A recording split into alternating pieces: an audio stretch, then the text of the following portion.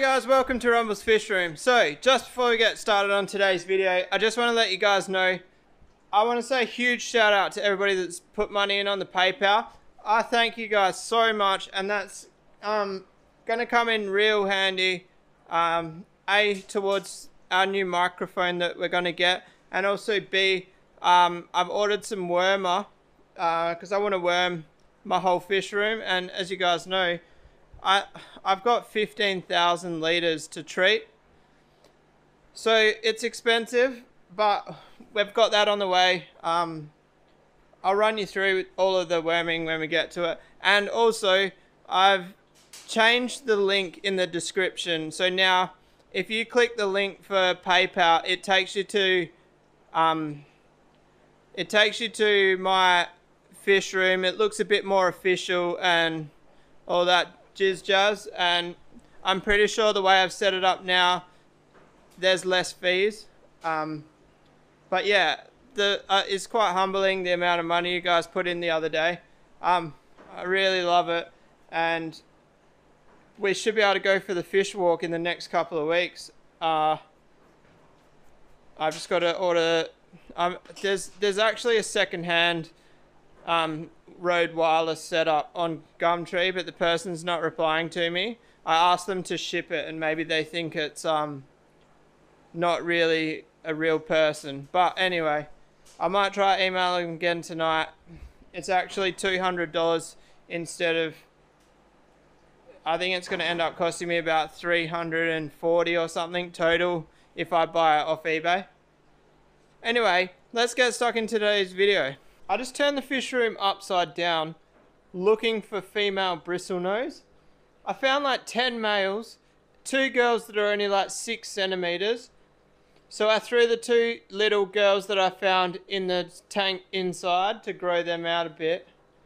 I've got a monster male. He's huge, probably like 13 centimeters. I've had one that big before, but not for a while. And anyway, I didn't find any girls. I also had a look around the shed for a breeding cave, and I didn't find one. And you may ask, why would I be doing that? No, I'm not trying to breed bristlenose and sell and make millions of dollars, because we all know that that's what bristlenose are all about. Basically all my tanks, I keep at least one bristlenose in it. It keeps the front glass clean.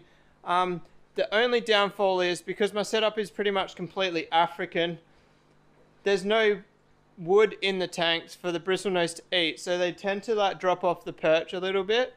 I've always planned on putting a little bit of wood in each tank, just a small bit that won't affect the pH, but it's enough for the bristlenose to chew on at night, but I've never actually got around to doing it, so if I do manage to breed more bristlenose or get more, I think I'm going to do that, because it'll definitely help keep them alive.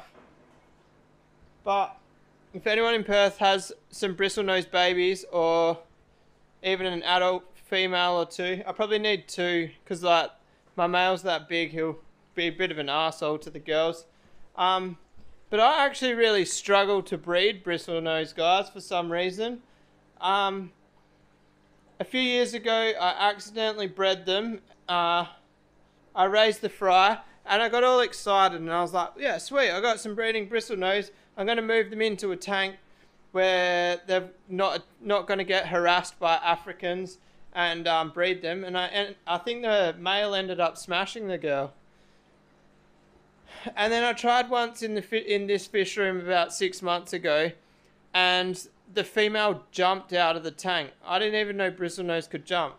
So then that was round whatever. Anyway, so I do not have luck with bristlenose. Usually I just keep an eye out, and when somebody is selling 50 for $50 at 3 centimeters, that's generally the sort of deal that I go for. But I don't really have much spare cash to throw at bristlenose at the moment, so I was trying to breed my own, and well, it's not going to work. I could have another hunt. I think I'm due for a filter clean, all the sponges, so I'll be able to have a better hunt for a female during that. I swear I've seen a big female somewhere, but I can't remember which tank. And so the little 7 centimeter ones there, somebody gave me them. I don't even remember who, but somebody gave me a few albinos. So the big boy I've got is marble, and the little ones are albino. So it would actually be pretty cool to cross them, but the girls are way too small. But let's have an update on the fry, hey. I'll just switch this screen around. Why do I keep going? I can't plug the light in because our double adapters are maxed out at the moment, but the light sucks on tanks. Alright, so what can we unplug? That one there. So if we unplug this one, vlogger's life, we're going to try and plug it in with one hand, and then turn that one off. So we do have some dead ones. Oh, hang on, I'll get back to you guys in 2 secs. Alright, so I don't know if you guys can see them very well. There is some dead ones on the bottom, probably maybe like 50 or so. I was expecting some dead ones, moving them just because they are so young, and basically with my experience in the tub, I ended up with a lot more than 50 dead. So if they survive from here, we're doing better than keeping them in the 50-litre tub. And it's funny, hey, I looked at this tank just now and I've turned the light on and I was like, oh shit, where have they all gone? They're all dead. But when you've got to stop and look at the tank for 5 minutes to figure out that there's actually like near on 1,000 fish in there. So I posted on Facebook asking for a head count of that photo that I used as my thumbnail the other day of these in the bucket, and somebody actually showed me that there's an app that you can actually count the fish, and her counted 1,180 or something. So I'm guessing with deaths there's close to 1,000 still in here. I've got some brine shrimp to feed them, which you guys ended up seeing in yesterday's video, I think. I haven't actually edited that yet. This first week at work, I just haven't been doing me, and I've just been doing a shit job at vlogging. Alright, so let's have a look at the fish room quickly, and then we're going to throw the brine shrimp in the 8-foot tank. Check out this guy, everyone. That's my keeper right there. This one was originally my keeper. This one is my new keeper because of its yellow face, but there's always the chance that it's going to grow out of the yellow face, but I'm staying skeptical and hoping that it keeps it. What's this guy in here?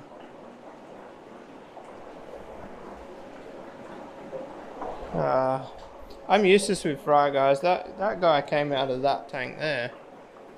Oh well, anyway.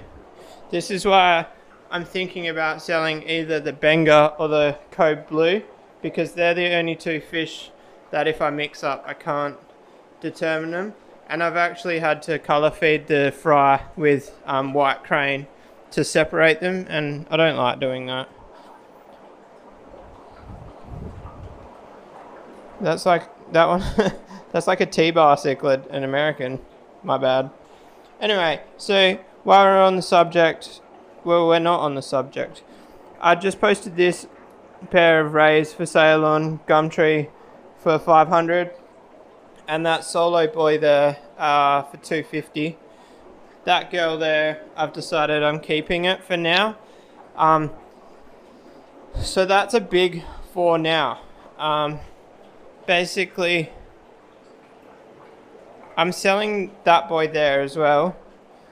If he sells, I'm going to consider it. I'm either going to keep that girl there or sell that girl to fund buying a bigger girl if I can find a decent deal on a 30 centimeter Matoro or something, you know what I mean? Because I don't know if I actually told you guys, but I lost a ray the other day. the other week. It was actually my first ray, which was quite sad. It turns out that my black diamond cross boy, that guy there, he's extremely aggressive, because I've had 2 girls with him and the girls have actually jumped out. So I've actually got to sort the lids out for this pond like yesterday. I used to have this white acrylic across the front there, but it really invaded like your view, and that's a shit reason to take it off. I need to put it back on. I might even, should I do that now, guys? Yeah, let's play with that, I reckon. I was going to show you the brine shrimp, but I don't know if that's hatched actually.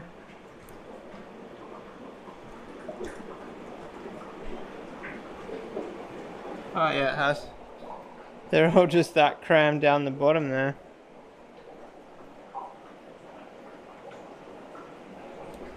Anyway, that was an awkward silence. I don't know, actually I'm not going to put the white back on.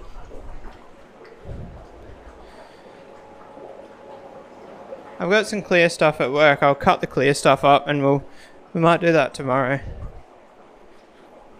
I'm a bit undecisive today, guys. I'm not all with it. Alright, so now this is going to be an absolute mission with one hand, but in the spirit of vlogging, let's do it. I don't even know what way this turns, to be honest.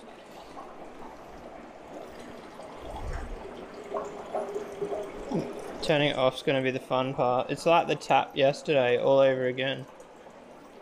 See how much quicker this is than those little 4mm airlines? This is definitely my preferred method. I explained in yesterday's video how I've built this, if you want to watch it and find out. Alright guys, so there's not really much in the way of unhatched eggs in this batch of brine shrimp, and that's because these are some really good quality brine shrimp eggs. I'm going to dump it in, try and pour it in quite heavily, that way they drop down quite far, and we'll see if we can get on video them eating, but I don't know if we can.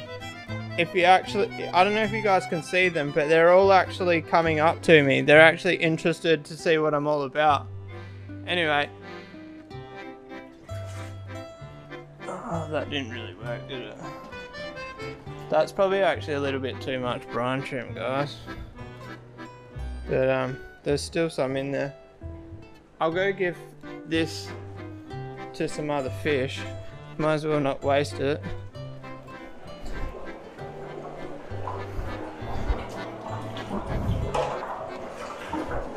They can have that. There's still a few in there, but there's generally not much in that top half. But oh, shut this door, then we don't get the glare.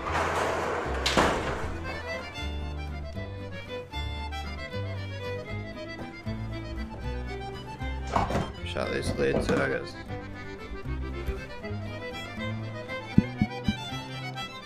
Alright, so it's not going to focus on them, but you can kind of watch the action.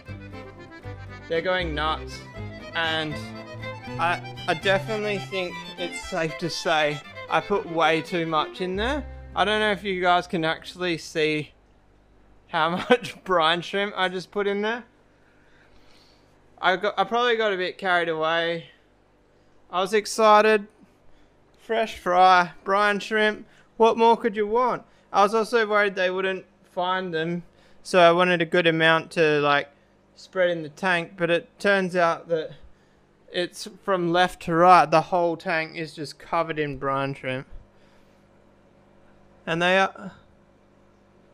I'm trying to concentrate on like one and see if it's eating them. Yeah, 100% eating them.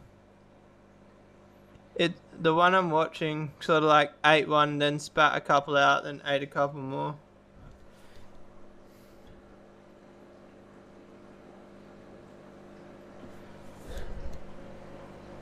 It's so hard to like figure out what's going on. They're so small.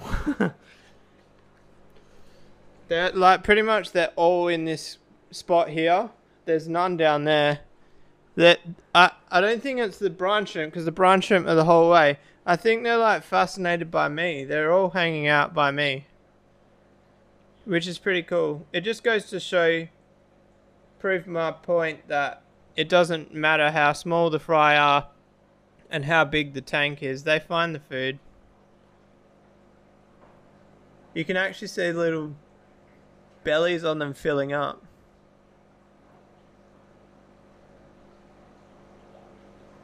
This is cool, guys. It's probably not as entertaining for you as it is for me, because you guys can't, it's not focusing on them.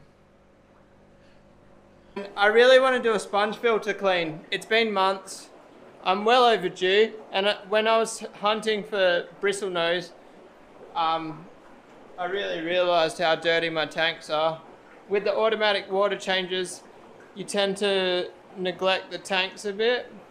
And I'll admit that I do. I neglect the tanks, and then what ends up happening is they become nitrate factories because there's so much undissolved solids in the tank, and it's really easy to become complacent with that because of how clear my water is. All the tanks are crystal clear, but this is the problem.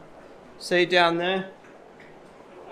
This is one of the tanks I just stirred up to get bristlenose out of, and it just needs to be done. If you guys made it to the end of this video, you guys are troopers. You're my favourite. If you like this video, give it a thumbs up. If you're not subscribed, then hit that button please, and I'll see you guys tomorrow. Peace out.